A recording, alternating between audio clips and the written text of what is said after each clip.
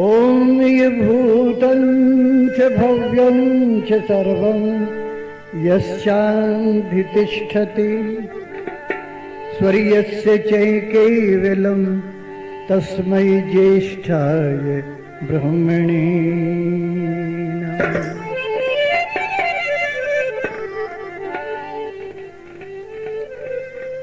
ज्ञान की संगति कीजे सदा, मत कीजे कुसंगति पातक खाने। लंपट लूटित भोले जनों को लोभ की लीला रचा मन माने। किंतु मिटात सभी भय संशय, ज्ञान की आंखें खोल के ज्ञानी हंस समान दिखाते प्रकाश वो। दूध का दूध पानी का पानी। प्रीत तुमसे लगी दुनिया से प्यार कौन करे। प्रीत तुमसे लगी दुनिया से प्यार कौन करे। कोई कुछ भी कहे उसका विचार कौन करे।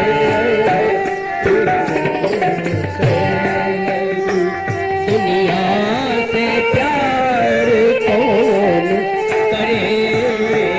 कोई कुछ भी कहे इसका विचार कौन करे। मन है सुंदर तो रंग रूप सभी सुंदर है। मन है सुंदर तो रंग रूप सभी सुंदर है। व्यर्थ अस्थिर बनावटी शनार कौन करे। व्यर्थ अस्थिर बनावटी शनार कौन करे। प्रीत तुमसे से प्यार कौन करे। छोड़ दी तेरे भरोसे ये भंवर मैं नैया। छोड़ तेरे भरोसे ये भंवर मैं नैया। मूढ़ माझी की विनय बार बार कौन करे। मूढ़ माझी की विनय बार बार कौन करे। प्रीत तुमसे से प्यारी कौन करे। कोई कुछ नहीं कहे इसका विचार कौन करे। मांगना है जो वही मांग लेगा तुमसे प्रकाश। मांगना है जो वही मांग लेगा तुमसे प्रकाश। बन के भिक्षुक पुकार द्वार द्वार कौन करे। बन के भिक्षुक पुकार द्वार द्वार कौन करे।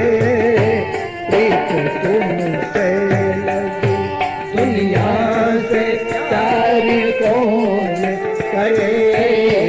कोई कुछ भी करे इसका विचार कौन करे। प्रीत तुमसे लगी।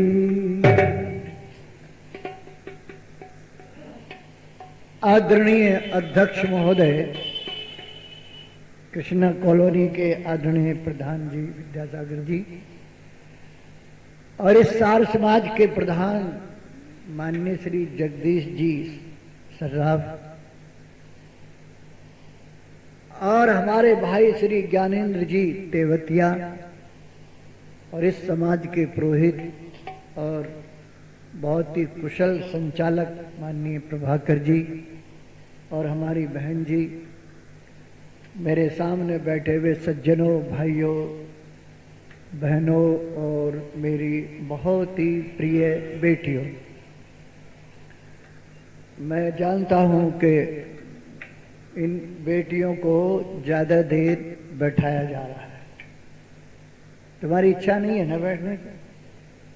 मन कर रहा है कि चले जाए, क्यों? ऐसा ही है ना? हाँ है, वो कह नहीं रही है डर के वजह से, अनुशासन में रहना है। नहीं, मैं बहुत दिन के बाद, आप घबराना नहीं बेटी हो, ज्यादा नहीं बैठाता।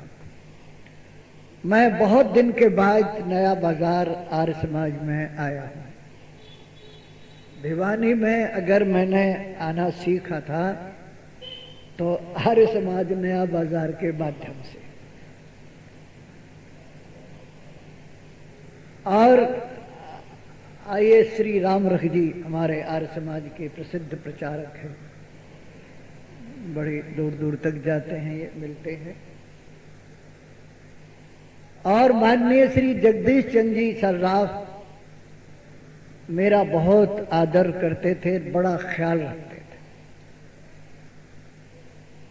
आर्य समाज के अंदर उपदेशकों का ज्यादा ध्यान रखने वाले, मुझे उस समय की बात मालूम है, अब तो नहीं, माननीय जगदीश चंद्र सर्राफ जैसे लोग बहुत कम हैं। मैं इस समय पर थोड़ी सी देर आपकी सेवा करूंगा और मुझे कहा गया कि मैं राम के बारे में कोई चर्चा करूं।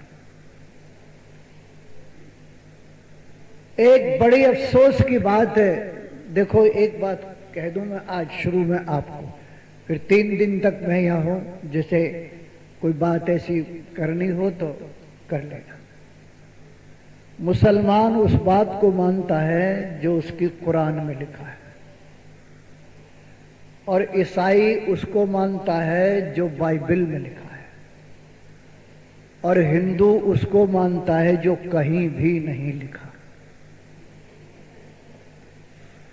आपको बड़ा अटपटा सा लगेगा ये, कैसी बात कह दे। अच्छा, अगर मेरी बात गलत है तो बताओ, राम राम करना किस ग्रंथ में लिखा है? कोई हम भीतर की कुंडी लगा के तो बात कर नहीं रहे, खुलेआम बात कर रहे। बताओ हमारा नाम हिंदू किस किताब में लिखा है? अच्छा चलो, ये तो ज्यादा वैसी बात है जिससे बहुत ज्यादा वास्ता पड़ता है, करोड़ों रुपए हर वर्ष जिसके ऊपर खर्च होते हैं।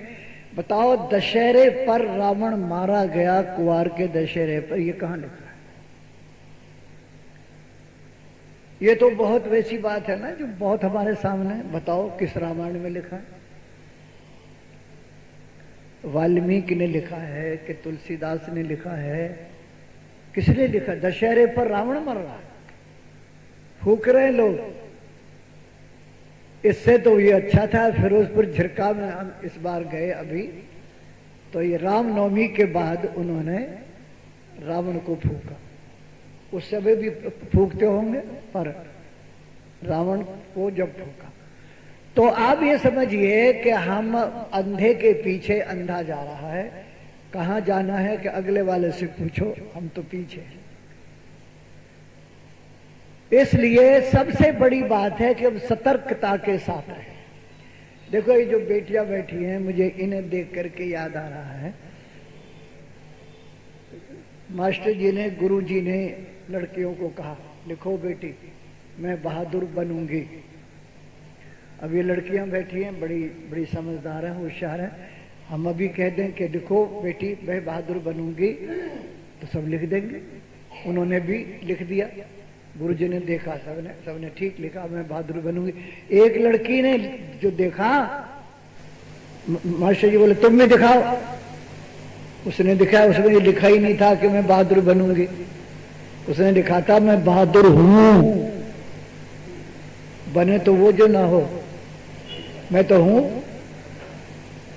और बेटियों, उस लड़की का क्या नाम था जानती हो?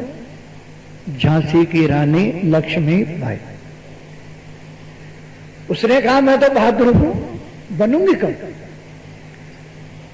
तो ये कहना भगवान तो हमारे लिए यूं कर दे, गौओं की रक्षा कर दे, तू मौज उड़ाता रहे, भगवान रक्षा करता फिरेगा, तेरे को नहीं कुछ करना।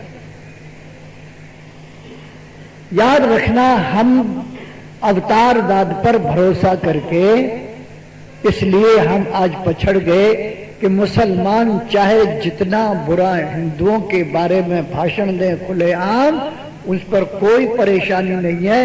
लेकिन हिंदू अगर ये कह दे जरा सा कोई जोश में आके कि हमारी तरफ जो हाथ उठेगा हम उस हाथ को काट देंगे। क्यों जी, क्या खराबी है इस बात में? बात तो ठीक है। हाथ उठाने वाले को तो रोका नहीं, और जिसने कह दिया कि हम नहीं उठने देंगे अपनी तरफ हाथ, उसको जेल में डाल दिया और रासुका लगा दी। वाह पट्टे, क्या कहने, छूट गया वैसे वो कल। मैं निवेदन करूं आपसे, वीर बनो और बहादुर बनो, राम की तरह बनो, कृष्ण की तरह बनो। ये हम इतने क्या करें, ये हिंदू जो है, देखो मैं रामायण सुनाऊंगा आपको। बंदर से ज्यादा शैतान कोई जानवर धरती पर नहीं है। बंदर से कोई शैतान जानवर धरती पर नहीं है, और हिंदू से कोई मूर्ख प्राणी धरती पर। हम सब उसी में आते हैं, ये मत समझना कभी मैं कोई अलग वर्ग को कह रहा हूं। क्यों? अभी कई पानी में डूब कर 10-20 बंदर मर गए तो इन्होंने अर्थियां उठाई पागलों ने, बंदरों को जिमा रहे। बोले क्यों? कि हमारे भगवान हैं। तुम्हारे भगवान पूछ वाले ही होते, तुम्हारे भगवान पशु होते। रामायण को पढ़ेंगे तो मैं बताऊंगा आपको, 3 दिन में विस्तृत तो नहीं मैं बता सकता रामायण को, लेकिन एक बात आपसे कहना चाहता हूं, बहनों, भाइयों, बेटियों, थोड़ा थोड़ा बेटियों और सरको के पीछे से कुछ और बेटियों का। मैं तो कह रहा था तुम्हें उठा दूंगे तो और आ गई भैया उठने के। आ जाओ बेटा, आ जाओ, शाबाश शाबाश, बड़ी अच्छी बेटी।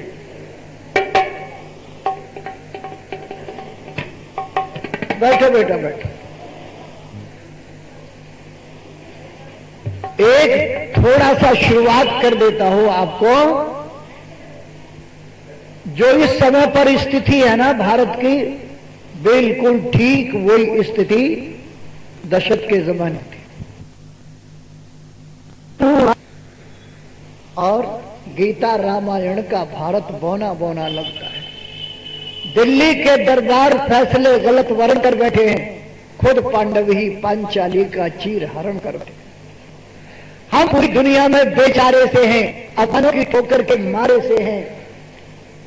मजबूरी संसद की सीरत लगती है, अमेरिका की चौखट तीरथ लगती है। हम दूसरों की तरफ आंख उठाकर देखने वाले, जीने वाले, हमारी कौन रक्षा करेगा? हमारे देश का बेटियों चक्रवर्ती राजा होता था, हमारे भारत का, सारी धरती पर जिसका राज होता था। बाकी देशों में छोटे छोटे मंडलिक राजा होते थे।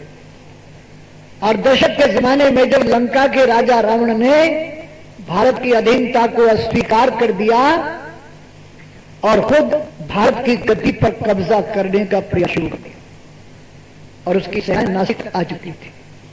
ये सुबाहु, मारीच, खर और दूषण, ताड़का इत्यादि ये सारे आतंकवादियों के सरदार थे जो भारत में ऋषि मुनियों को मारकर यज्ञों में विघ्न डालना तो एक बहाना था। तब भारत के ऋषियों मुनियों ने मीटिंग की जंगलों में और बोले भारत को बचाओ, चक्रवर्ती राज जाने वाला है, रावण की शक्ति बहुत प्रबल हो चुकी है। इसलिए तो क्या किया जाए कि दशरथ का बड़ा बेटा राम बहुत प्रतापी वीर है, उसको लेके आओ। और उसे लेने के लिए जो सन्यासियों में सबसे वाक्पटु, वाक चातुर्य जिसका प्रसिद्ध था, विश्वामित्र को भी।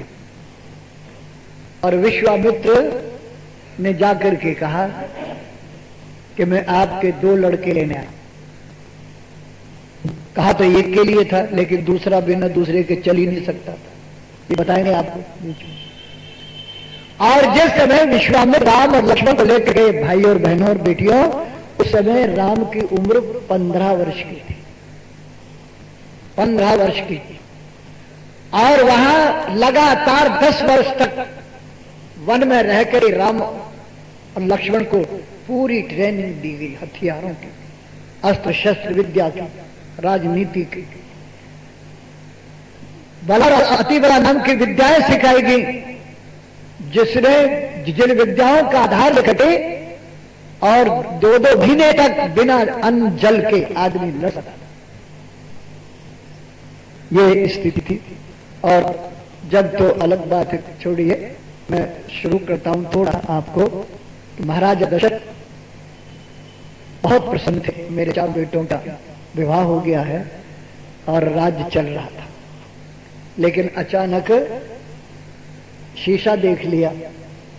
रोज नहीं देखते थे हमारी तरह शीशा, हम तो रोज हजामत बनाते, मैं तो नहीं देखता हजामत बनाते वक्त शीशा, क्योंकि अब शीशा देखने लायक मुंह ही नहीं रहा। इसलिए अब मैं पहले देखता था, जब यहाँ पहले आता था ना मैं, तब शीशे से, अब आ जाओ तो भी बिना शीशे के बना। एक आदमी ने कहा शीशा क्यों नहीं तुम लेते? मैंने कहा बदला बदला सा हर दौर नजर आता है, दुनिया का अजब दौर नजर आता है, आईना जो लेकर के देखा बूढ़ा सा कोई और नजर आता है, इसलिए वो चीज हमने छोड़ दी। राजा ने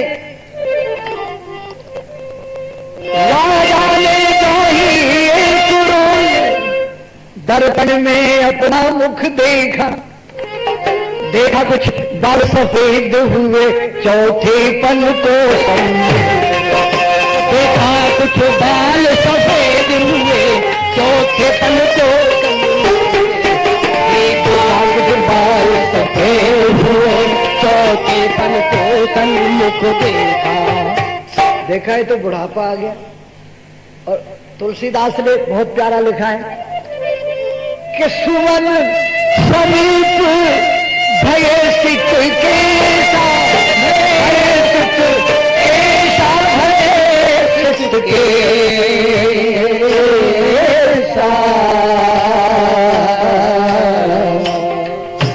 मन हो जरठ तन असु उपदेशा, असु उपदेशा, असु उपदेशा। कानों के पास सफेद बाल देखकर समझो बुढ़ापा ये उपदेश कर रहा है कि चल अब यहां से, अब तेरा काम यहां नहीं है। देखा आता है ग्रीष्म काल, सुंदर बसंत ऋतु जाती है, तरुणाई पर पड़ गई ओस, अब वृद्धावस्था आती है, तरुणाई पर पड़ गई ओस, अब वृद्धावस्था आती है। अब तक तो ठीक मत राज में था, वर्षों महलों में मगन रहा, वर्षों तक राजकाज देखा, वर्षों शिकार में मगन रहा।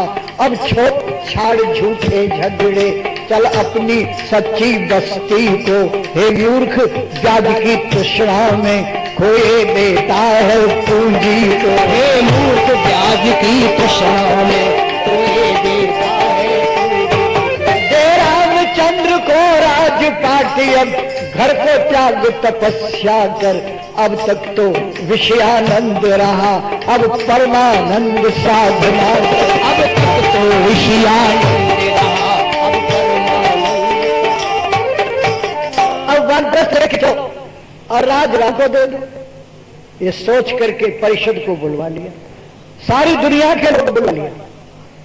और देखो बेटियों, वाल्मीकि रामायण में लिखा है राजा दशरथ के राज्य में दुख से कोई रोता था, कोई नहीं रोता था। तो क्या कभी आंख में पानी नहीं आता था? आता था। बोले कब? कहा जब हवन में समिधा गीली लग जाती थी और सुबह बनता तो आंख में पानी आता हुए से। क्या राज्य था? राजा रघु जब पैदा हुए, राजकुमार के पैदा होने पर राजा ने सब जेलों में जितने भी कैदी हैं सबको छोड़, और मुझे निश्चित समय पर तुम्हें आगे पता दो किसने कितने जेली चले। इकट्ठे हो गए जेलर सारी दुनिया के। तो सबसे पहले भिवानी के जेलर से ही पूछा। पहले तो यहाँ जेल नहीं तो होगी जेल, पहले तो तहसील थी ना। हम यहाँ आते थे ना बेटो, ये तहसील नैनी जिला में आया है। तो भिवानी का जेलर से पूछा तुमने कितने कैदी छोड़े? बोले एक भी नहीं छोड़ा। बतख वाले से पूछा तुमने? एक भी नहीं छोड़ा। हमें वाले से पूछा तुमने कितने कैदी छोड़े? बोले एक भी नहीं छोड़ा। मेरठ वाले से पूछा तुमने? बारी बारी से सब ने मन कर दिया, कोई नहीं छोड़ा। राजा को क्रोध है और बोले तुमने राजा की सुनी? बोले सुनिए। तो कैदी तुमने छोड़े क्यों नहीं? वो कैदी हो तब छोड़े। जेलों में बेटियों कोई कैदी नहीं था, कोई अपराध नहीं करता था, और अपराध करता था तो स्वयं आकर के राजा साहब में उपस्थित होकर कहता था मेरे से अपराध हुआ है, मुझे सजा दीजिए। कमाल है। ऐसे राजा ने जब कहा राम को राज देना चाहता हूं, बोले वालों क्या विचार है? अब मैं अवकाश लेना चाहता हूं। तो सब ठीक ठीक, बहुत अच्छा, बहुत साधु साधु, तब तक चारों तरफ से आ गए। राजा ने सोचा किसी ने भी इनकार नहीं किया, इनकार भी ना करता तो चुप ही बैठा रहता। बोले कोई चुप भी बैठा नहीं रहा, कोई हाथ ऐसा नहीं जो उठा ना हो, कोई जुबान ऐसी नहीं जो हिली ना हो। सबने कहा बहुत ठीक है, बहुत ठीक है, राम को राज दीजिए। तो राजा ने सोचा ये तो कुछ गड़बड़ है। सुन करके समर्थन राजा दशरथ प्रसन्न हुए, किंतु सोचते रथ सत्य मन में हो और इनके बतौर के युधिया में हाथा भी तो लगा अनुमान। चापलूसी तो नहीं है मेरे इन समर्थकों में, राजनीति द्वारा इनकी नियत पहचान।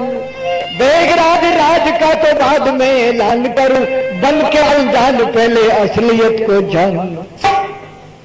और बोले राजा दशरथ कुछ देर मौन रहकर बात को बढ़ाया आगे, फिर इस तरह कहकर कि न्याय नीति धर्म से मैं सुखद शासन कर रहा हूं, पुत्र पृथ्वी पे मैं प्रजा का पालन कर रहा हूं, पर हमें दिखा ऐसा कौन सा कसूर है, मेरे अंदर आई ऐसी कभी क्या जरूर है, जो राम को जगह को राज एक साथ मिल गए हो और मुझको तुम गद्दी से उतारने पर तुल गए हो।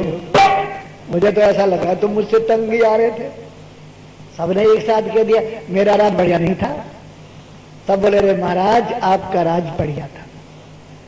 फिर सब मुझे एकदम राज से हटाने के लिए तैयार क्यों हो गए?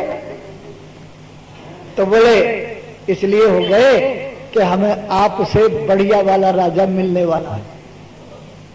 देखो अगर किसी आदमी की बुराई करनी हो ना उसके मुंह पे बुराई अच्छी नहीं। मैं तो जिस आदमी की बुराई करनी हो और वो मेरे सामने बैठा हो तो मैं कहता हूं बदले तो पीठ फेर लेके तो पीछे बुराई अच्छी हो। तो अगर मुंह पे बुराई करनी है किसी की तो बस कह रहे यार तू तो बहुत रद्दी आदमी रहा, मैंने कोई जिंदगी में बढ़िया काम नहीं किया, हमेशा ऊट पटांग बकवास करता रहा, ये थोड़ी बुराई है। पर पीछे यूं कह दो पर तेरा बेटा कमाल है, उसने तो भाई हक अदा कर दिया, तेरा नाम फिर दो चार गाली और दे लो, फिर कोई नाराजगी नहीं है।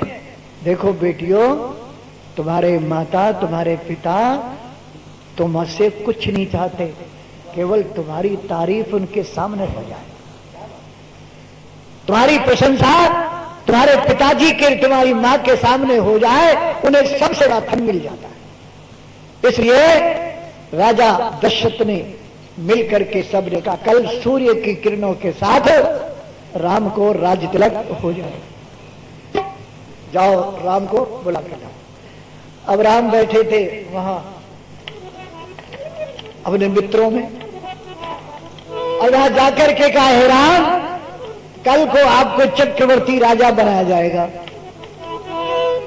आज यह सुनकर के वाल्मीकि में पढ़ो, महर्षि वाल्मीकि ने लिखा है कि राज्य की बात सुनकर के श्री राम के चेहरे पर खुशी की कोई रेखा नहीं उभरी। देखो क्या कमाल, आजकल तो कोई एमएलए एमपी बन जाए तो लाखों रुपए तो जुलूस निकालने पर खर्च करे। अजी एक गांव का सरपंच भी बने तो तो भी जुलूस निकाले। लेकिन राम ने कोई चेहरे पर प्रसन्नता नहीं आई। और जिस वक्त पता लगा कि महाराज ने बुलाया है दरबार में, तो रथ में सवार होकर के जिस समय पर श्री राम चलते, चारों तरफ से संतरी दौड़ लिए, अब तो राजा बनेंगे, है ना। पहरेदार, संतरी, gunman, gunner, commando, black commando चलते ना आज, ऐसे दौड़ लिए। और श्री रामचंद्र जी जिस समय सभा द्वार पर उतरते रथ से, ये मैंने गीत पहले भी सुनाया, मुझे याद है यहाँ स्वामी इंद्रवेश जी आए हुए थे और रामायण का ये गीत मैंने सुनाया, तो उन्होंने बड़ी प्रशंसा की थी। इसलिए नहीं कह रहा हूं कि तुम भी प्रशंसा करना, ना करो तो कोई हर्ज नहीं है, वैसे नुकसान की कोई बात नहीं है।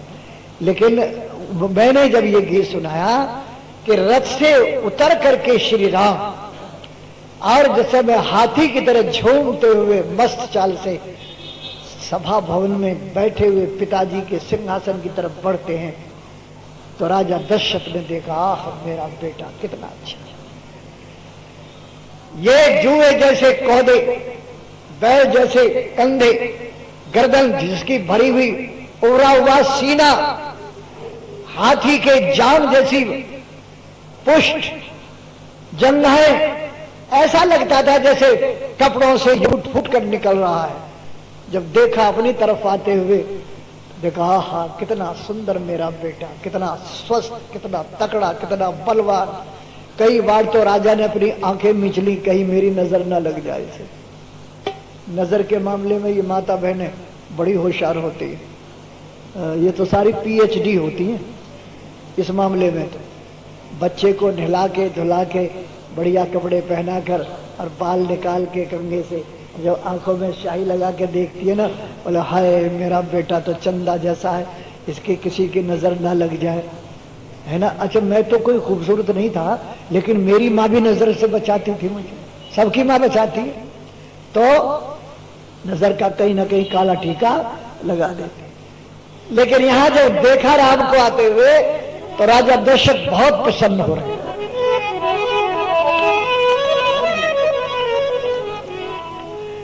भिवानी में मैंने सुना, पर ये जो बेटियां बैठी है ना, इनके लिए पूरा नया है, ये जब तो पैदा भी नहीं हुई थी जब मैंने सुना।